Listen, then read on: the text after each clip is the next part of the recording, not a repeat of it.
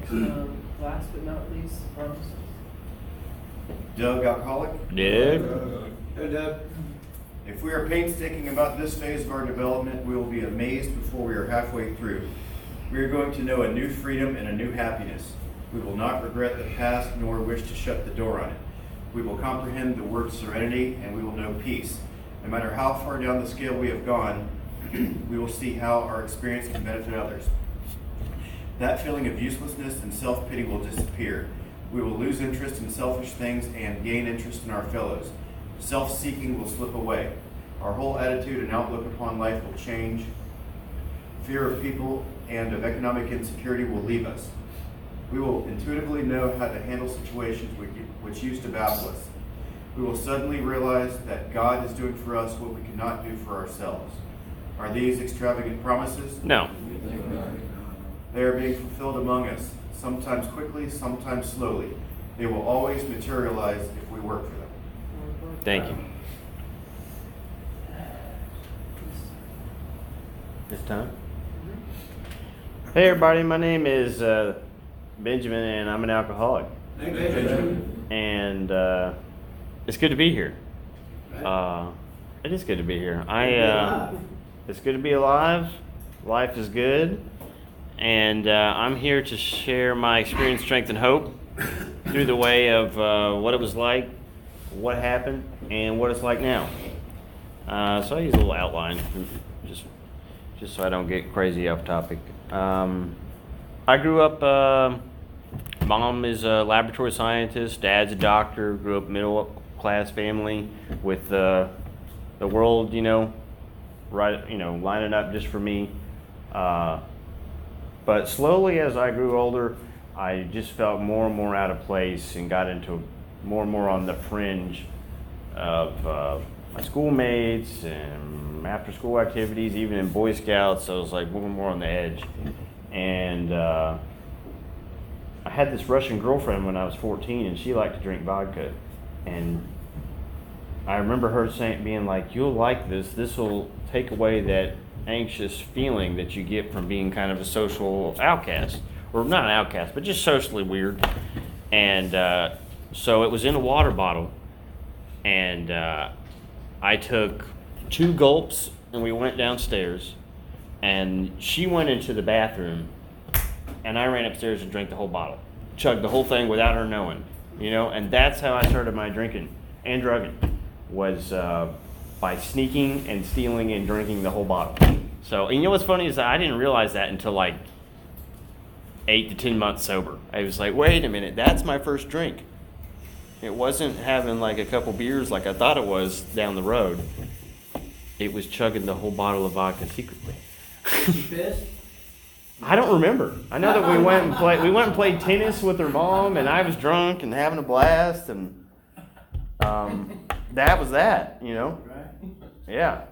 How long were you an alcoholic? I'm an alcoholic still to this day. Oh, yeah, true. Right. So I'll go ahead and say I've been sober just over 29 months, and Good for you, brother. it is good. It is totally possible. If these 2 jokers can get and stay sober, Right. Anybody can. anybody can. Gotcha. So I'm just gonna continue. Then I started smoking pot. You know what I mean? Right. Then I get arrested for the pot at school, buying an ounce and walking around with it, and so I get put on probation, diversion or whatnot. Kicked out of school for at the end of the year, fail all my classes, fail beginning of the next year because I'm suspended. So I'm just like, fuck it. I'm on diversion. I drop out of school. I can't smoke pot. I'm drinking, but you know what I mean? Like the pot became my love at that time. And so I started getting involved with like the spice and the bath salts and these drugs, these research chemicals that you couldn't be tested for. So I got really heavily into drinking and using all sorts of crazy drugs. And that just continued from 16, 17, 18. At 18, I get my second DUI for fleeing from the police. It's a big felony case in the town. Wow. Yeah, I'm not getting it, man. As I get more and more and more removed from society, I'm getting more and more pissed at you guys. By you guys, I mean everybody else. Right. And man, I was getting mad and not understanding it. Tried to go to college in 2010 and just couldn't figure it out. Like, just couldn't figure out why. But I was just smoking pot and getting drunk and like passing out in the woods, and that was my deal. Let's see. So yeah, eventually I moved back in with my mother, living out in the country, and I just start drinking daily, cheap malt liquor, lots of it, and using drugs, and giving up on finding a job, caring about the girl that I'm with, and let alone going to school or just being a good guy. So I'm just staying out in the country in my mom's house and drinking and drugging myself to death for years. I got arrested for trafficking LSD in 2013 and put on a big felony probation thing for that. And that was awful. I couldn't drink. I showed up to court. This is me. This is my stamp of I'm an alcoholic right here. Is I had drug tests 3 times a week, but I'm drinking malt liquor and smoking flocka, and I show up there drunk and take the P test drunk. And so when they run the P, they find out I'm drunk, and I get summoned to court. And when I go to court, I'd been up all night smoking bath salts and flocka the night before, and I had to calm down. So I chugged 2 beers in the car on the way there.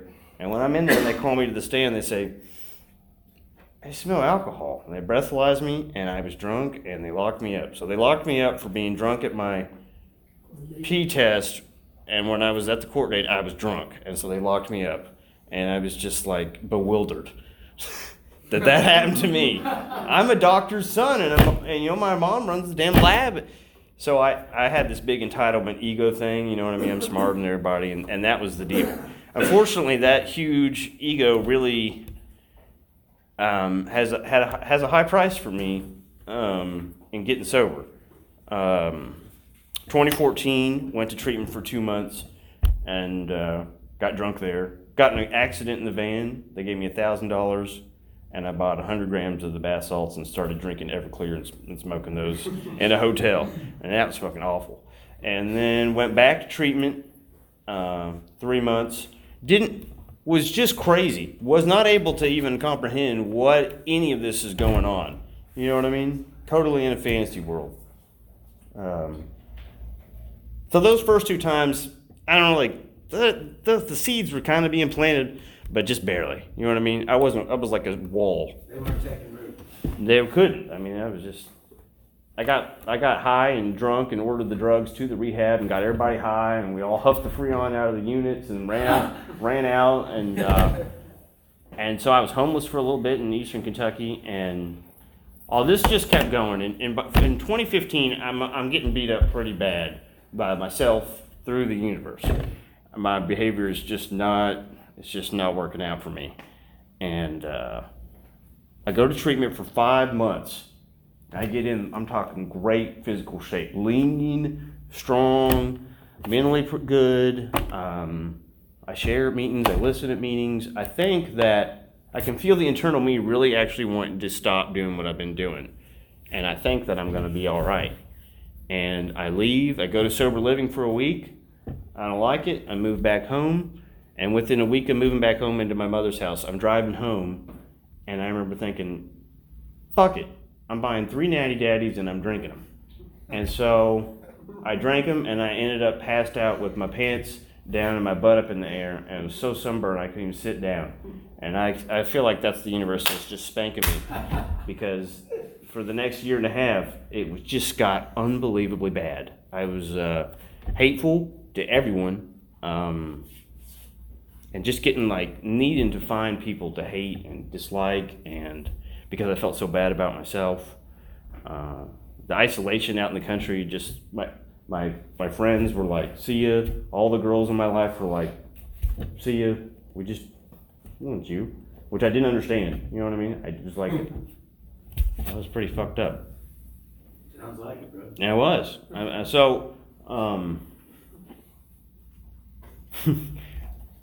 So finally in 2017, I'm ordering drugs through the mail and drinking constantly. I've been ordering drugs through the mail for a long time. And I am dead certain that the federal government is going to come freaking bust me, finally. And I get freaked out enough to get, my mother hired a bodyguard, and they drove me down here and legally binded me into Wekiva. And all I meant to do that day was get high and drunk. And the next morning I'm waking up in the psych unit in Wekiva, just bewildered at what the fuck's going on with my life, you know? All my families are like doctors, engineers, and doing all sorts of cool stuff, you know what I mean? I'm getting freaking knocked out and put in a psych unit. So here's now what happened after all that bullshit. My ego, my tough guy attitude was beat down to a point that I'm here in Jacksonville. That's where, I'm from Kentucky. They drove me down here, locked me up here. I was at Beaches Recovery, and I get beat down to a point where my ego can't build itself back up within like 2 or 3 weeks. Like I'm still just fucked in the head totally. Wanting to kill myself constantly. Not actually taking any action, but just so miserable at what has become of my life. You know what I mean? And about 54, 55 days into treatment, I asked my therapist, who was a great therapist, I said, Ashley, am I really, she hadn't led me wrong. I said, am I really a drug addict and an alcoholic? And I totally gave her, whatever she says, I'm going to believe. And she looks at me and says, yes. And I became hysterical because for the first time in my life, I believed her. And I was just crying and wailing and whatnot. I said, I should just kill myself for real. Like this, if it's going to get worse and there's no hope for me, because to me, drug addicts and alcoholics, they're fucked. They never get any better. That's it. That's what makes you one. You know what I mean? She looked at me and she was real honest, because I feel like some therapists or people would have locked me up back to the crazy unit, but I was so upset. She looked at me and she was like, well, I see why you'd say that, but you can treat it. And as soon as she said you can treat it, I was like, what do you got to do? And she was like, well, all my clients that I've seen in the last 5 years that get and stay sober and are sober at least a year out of treatment, they all work the 12 steps and continue to do so. And I had been around long enough to know what she was talking about and have the books and read the books when I was fucked up. And at that point I was like, you know what, screw it. I'm going to try it. So I got a sponsor, and I was trying to have sex with one of the girls in the rehab, and I told him about it, and he laughed at me, and I said, see ya. And I got another sponsor who was talking about banging models when he was since 6 months sober, and I was like, that's the guy for me. And it turns out that was actually a really stern, good sponsor. And he took me through the steps thoroughly from the book, and I stayed. So by that point, I've been in treatment for 3 months, and my 4th month I go live at Jacksonville Sober Living. And when I'm leaving treatment, my therapist is like, I'm asking you to stay 1 month at Sober Living. And I said, okay. She said, but if you stay 6 months, you'll have a pretty good chance. And I was like, damn it, I know I'm staying 6 months at this point. I mean, it's just how it was. And I ended up staying 7 months, and then I got my own place. And once I got my own place, and I'm back in the world, I'm really in the world for the first time, I was kind of spooked, man. I really didn't want to go back to the bullshit, because I was gonna end up in prison, likely federal prison. It was gonna suck. You know what I mean? I was not. So I got really into the book. I started reading the book and reading the book and reading the book, and continued to work with my sponsor and get through the steps. Just gave my sponsor a blank check and did the shit. You know what I mean? He was guaranteeing me that I was gonna, if I worked them thoroughly like it says in How It Works and did it, that I was gonna get and stay sober for sure. And I still believe him about that. I'm sitting right here. I got into speaker tapes, going on YouTube and listening to these AA speakers, and started seriously seeking a real relationship with this higher power. You know what I mean? And meaning it. And I was coming from a family of my dad's too smart for all that spiritual stuff, and I kind of thought I was too, but my ass was so whooped that it was like, you know what, screw it. I just don't care. Okay, sure. God, please keep me sober. And now I have like a really cool and great relationship with God where I can talk with people of any faith or non-faith, or I'm not a religious guy at all. Just purely seeking a relationship through the steps and prayer and meditation. Mostly prayer though. And so, like the first 18 months of being sober was a lot of intensive work, and I like a lot. Like just day in, day out. But now, like last year after that has been, it's just turned into my way of life. You know what I mean? Like earlier, I'm in class. Jonathan texts me. I don't even know when the last time I saw you was. My motorcycle out there. That's right. That's been a while. But he texted me, hey, can you come speak at Lakeview tonight? I was like, yeah, let's do it. Because I've been caught up with school and whatnot. So what happened is working the 12 steps as they laid out here in the book. That's what happened to me after getting my ass whooped severely. How long have you been sober, bro? 29 months, as of 2 days ago. Good job. I'll take it. You know what I'm saying? To considering that I used to be the guy, I have time, see how long I could go without drugging, it'd be like 15 minutes if I had the stuff. And with the drinking, it was like I'd wake up and be like, I'm not drinking today. And definitely by 2, 3, 5 o'clock, I'm drinking for sure. So that's what happened. And now what it's like now is it's a complete 180 from what it was like in the drinking and drugging days. Just the extreme I was extremely isolated. I was depressed. I was hateful. I was fearful. I was a little child. You know what I mean? Scared and useless. That was something that really hurt. And now what it is like is I have inner peace often. You know what I mean? Like often enough. I'm useful. I'm here right now being useful, I hope. It's like a whole new buzz, ain't it? Yeah, let me tell you, earlier today I took an exam in my Crime in America class at college, and when I got out of there, I was hyped. I've had no run-ins with the police whatsoever, which is incredible, because that was going to continue. It was going to continue, whether I liked it or not.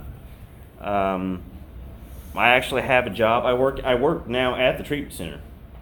I only wanted to work there because I wanted to have sex with one of the therapists. That was hot, this hot lady that worked there, and I thought that's the only way to do it. Did that work out for you? Now Yes. Now they're married. Oh, We're not married. She's a sweet lady. It's unbelievable what has continued to happen. So,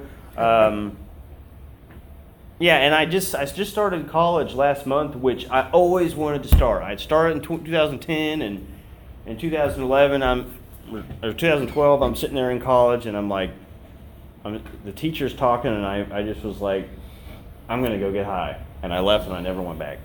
And now I'm actually in college, getting all A's, doing the stuff I never used to do. I never used to take notes, never used to study. Always thought I was too smart, and I should be able to come in and just do it all. But I've learned through having my ass handed to me from my own actions that it just helps to follow what other people are doing. You know what I mean? Other successful people that have a life that I want. I try and do what they do, And the people I see succeeding at school are taking notes, studying, coming to class. The people that I see succeeding in sobriety are attending meetings, working the steps, working with others, praying, meditating. You know what I mean? Like, so I just do what they do. But that was just. God bless you, brother. One last thing I want to say is that it's not as much work to stay sober anymore. You know what I mean? It is not as much work as it was in the beginning. Today, yes, you know what I mean? I wake up, I ask God to keep me sober. I go through my day, go through a meeting, call my sponsor, get a call from my sponsee, go to a meeting if I'm working full-time, school full-time. I go to a meeting if I can. And at night, I thank God for keeping me sober. You know what I mean? And it's just kind of turned into this life, this normal life. You know what I mean? It's not this. This is the last thing I want to say at the end is that the hope. You know what I mean? There is totally hope that all of us in here never have to drink a drug again, ever. But we, if you're like me, a real alcoholic and real drug addict, are there any of those in here? Yes. For those that raised your hand, now I can say, for those that we don't ever have to do it again, provided we must do some stuff though. Like if we have to do some shit, or it's just gonna get worse. For sure. It did for me, and if you raise your hand, we all just identified as each other. Yeah. So with that, but the hope is totally there, and it's totally possible to have a completely different life. I'm convinced that this is a second life. This is not, my old life is done, and this is a second life. So with that, it was great to be here, and thanks for listening, guys. Yes, sir.